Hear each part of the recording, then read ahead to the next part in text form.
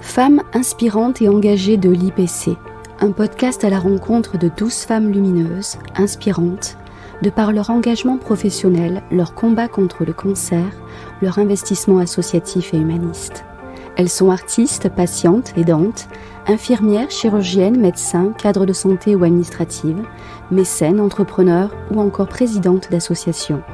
Elles ont toutes un point en commun, elles avancent vers un avenir qu'elles dessinent au jour le jour, sans renoncer à leurs rêves ou à leurs ambitions, en façonnant leur juste place avec passion, énergie et détermination.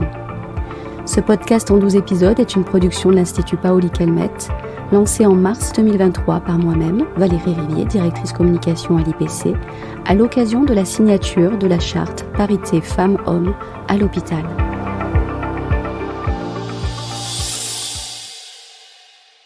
Épisode 8, Alexia Boulanger, infirmière à l'hôpital de jour médical. Alexia Boulanger, bonjour. Bonjour Valérie, merci pour cette invitation, cette belle initiative. Merci à vous. Vous êtes infirmière au sein de l'hôpital de jour médical et ce depuis 8 ans. Vous avez 54 ans, 2 filles et vous êtes bientôt grand-mère, cet été d'ailleurs. Ah oui. Vous êtes calaisienne d'origine et marseillaise d'adoption. Pourriez-vous nous détailler un petit peu votre parcours? Qu'est-ce qui vous a fait vous orienter vers la santé et notamment vers l'oncologie? Alors, le point de départ a été l'accompagnement en fin de vie de ma grand-mère maternelle. Et ensuite, j'ai eu envie de m'occuper des personnes âgées. Donc, j'ai, dans un premier temps, suivi une formation d'auxiliaire de gérontologie. Et puis ensuite, une autre formation d'auxiliaire de vie, puisqu'il y a une maison de retraite qui s'ouvrait dans la ville où je vivais. Et nous devions être formés sur Paris pour ensuite intégrer cet institut. Donc, j'ai travaillé en tant qu'auxiliaire de vie pendant presque 7 ans.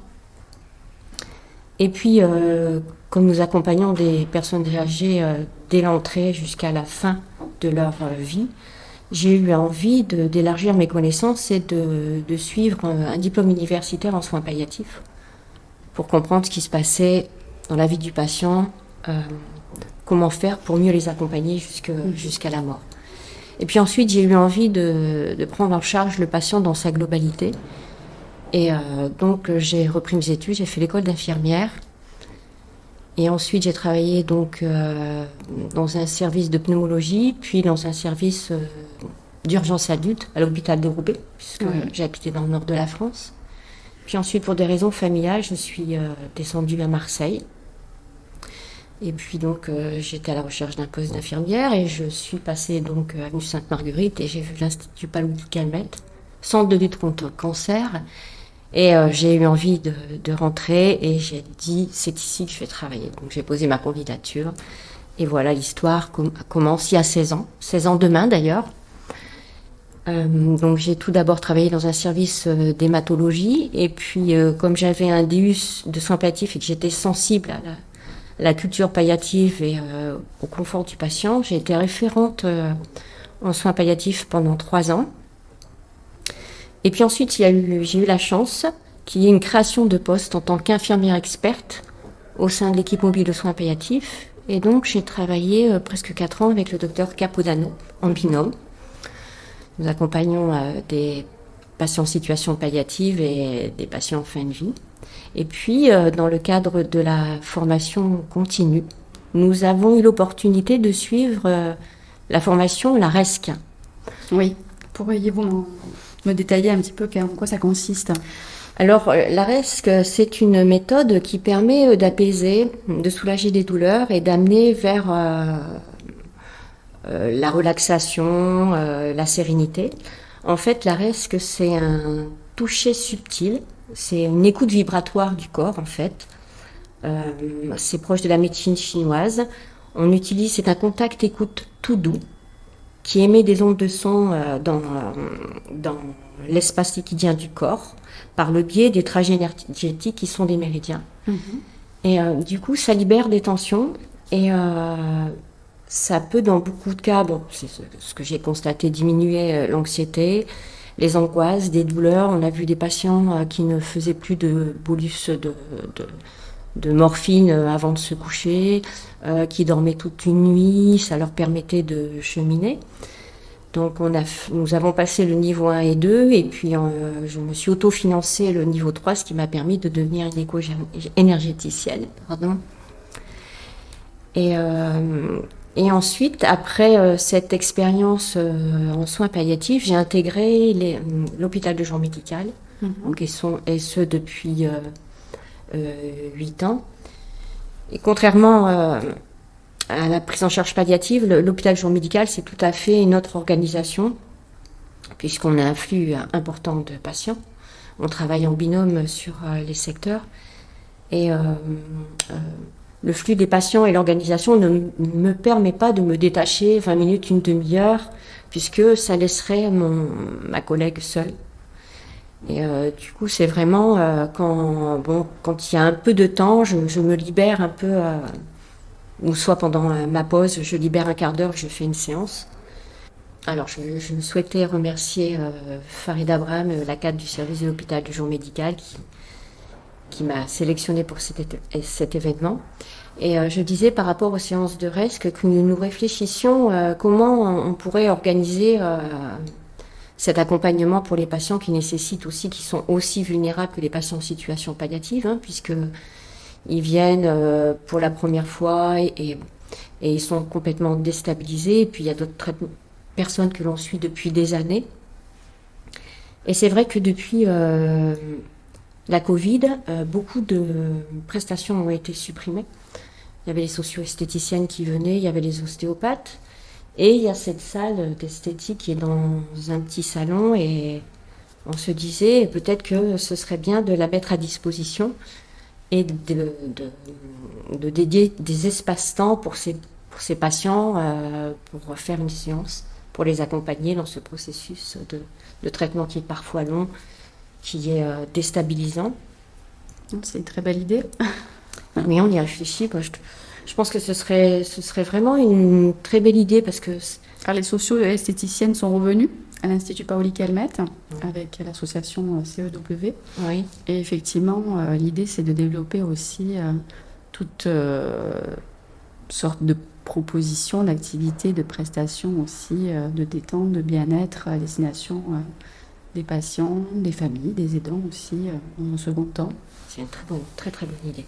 C'est une très très bonne idée. Et vos patients, vos patientes, qu'est-ce qu'ils expriment après une séance de RESC? Est-ce qu'ils vous font un feedback positif?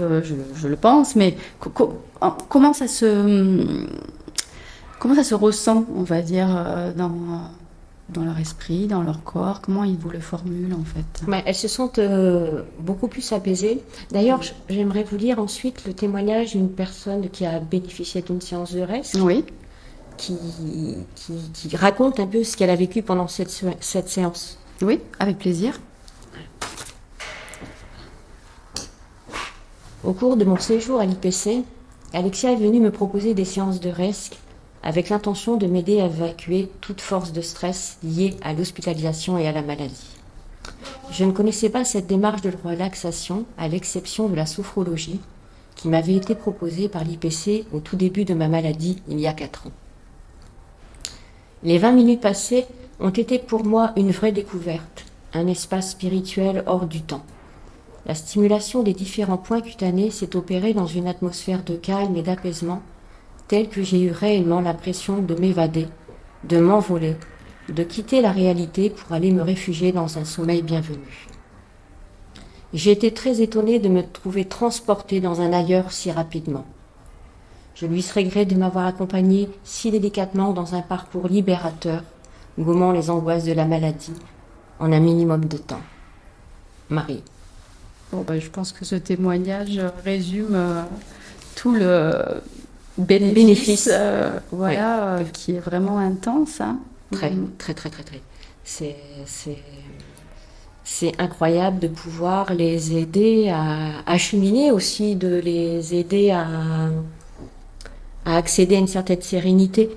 Parfois accepter que voilà, il y a la maladie et voilà, il faut l'affronter.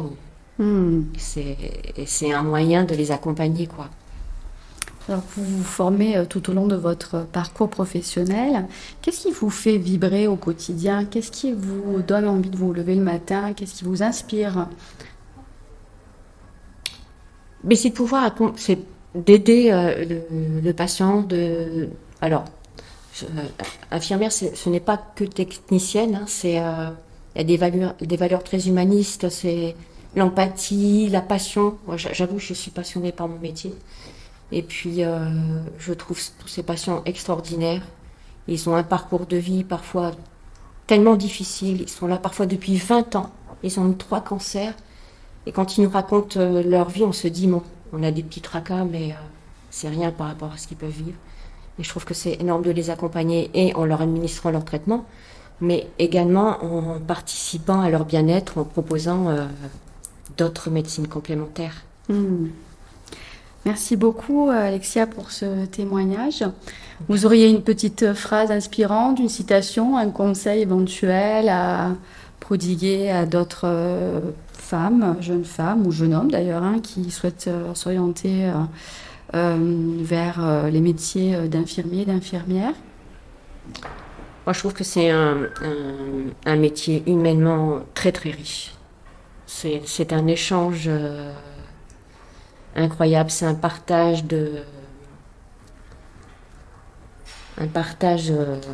Au quotidien. au quotidien, oui, c'est... nous fait grandir aussi. Oui, oui.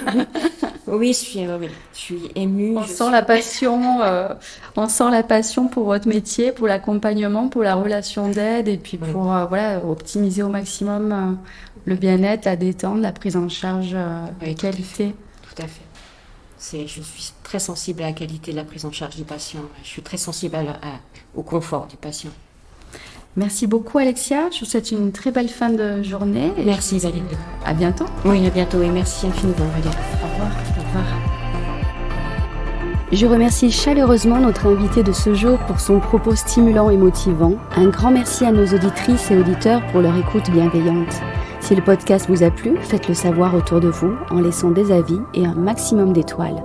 Merci, à la semaine prochaine.